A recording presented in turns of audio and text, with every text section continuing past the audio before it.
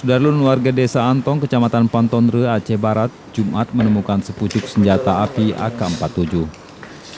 Senpi yang masih aktif itu selanjutnya diserahkan kepada Polres Aceh Barat guna proses penyelidikan lebih lanjut.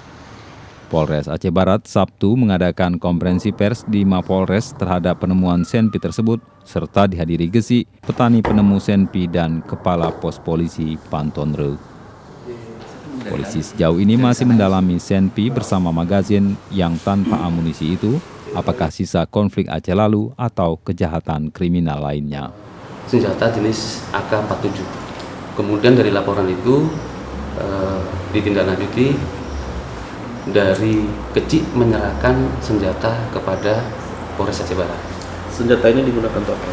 Senjata itu menurut hasil investigasi awal bahwasanya ditemukan oleh masyarakat inisial AM pada saat yang bersangkutan bekerja di ladang. Ditemukan di bawah tumpukan kayu dalam keadaan terbungkus kain. Nah, kemudian yang bersangkutan melapor ke Kecik melapor ke anggota Pospol dan diteruskan ke Polres Aceh Barat.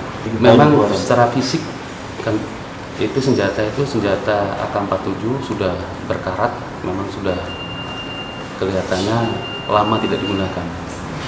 Ya masa aktif, Pak? Ya kalau dilihat dari secara kasat mata memang masih layak senjata itu. Dari Melabu, Rizwan, Serambion TV.